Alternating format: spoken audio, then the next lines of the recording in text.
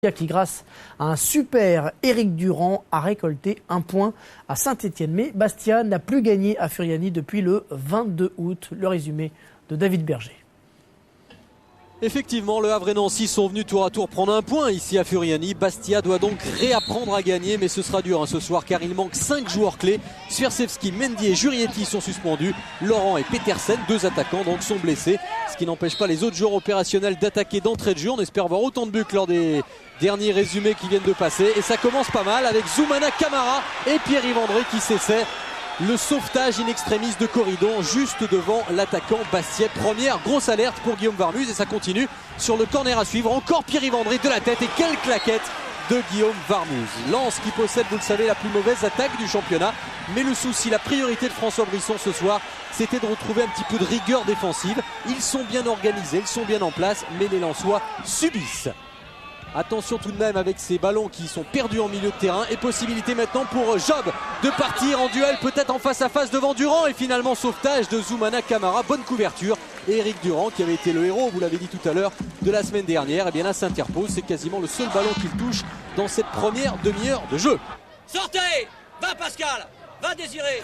Et oui, après essayer de se rassurer défensivement, il s'agit de trouver maintenant des initiatives d'attaque pour Lens, mais ils n'en ont pas les moyens parce que Bastia continue avec De Gerville qui donne ce ballon à Yann Lachuer, la frappe de Lachuer qui n'est pas encore à 100% de ses moyens mais qui a été très en vue, très organisateur comme c'est son poste d'ailleurs habituel. Le meneur de jeu Bastia qui a touché beaucoup de ballons mais à la mi-temps pas de but et des soucis forcément parce que le réalisme n'est toujours pas bastiais.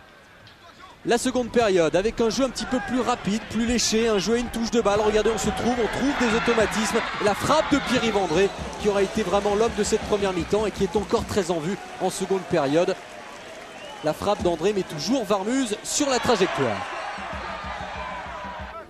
Les Lensois qui n'ont pas beaucoup de possibilités de sortir et qui en plus commettent des fautes de relance. Ici c'est la récupération de Ney qui peut servir Nalis. Nalis qui a poussé un petit peu trop loin son ballon. Et du coup il rate le cadre.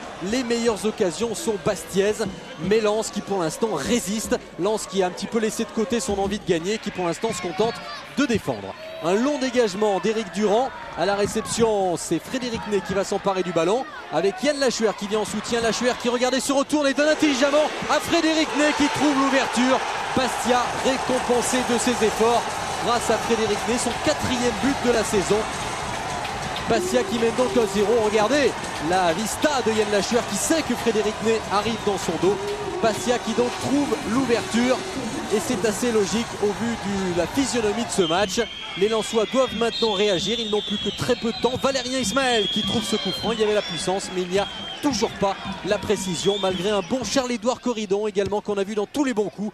Mais c'est en tout cas trop peu pour permettre à Lens pour l'instant de résister. Dai Prince qui vient de faire son entrée. Pourquoi ? Bien pour ses dribbles déroutants, pour la qualité. Regardez sa vitesse. Et bien l'illustration.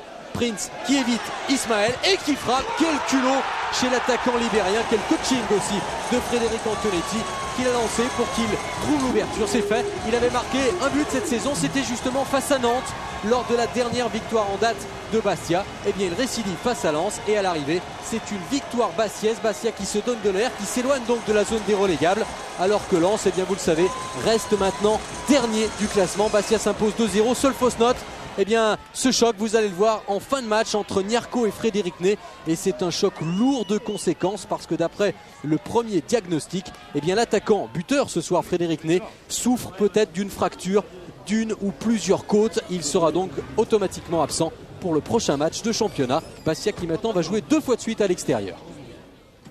Bastia qui ira chez le leader Auxerre dès samedi en fait. Gros coup dur, hein, si la blessure de Ney se confirme. 7 matchs consécutifs sans victoire pour Lens où vraiment ça va...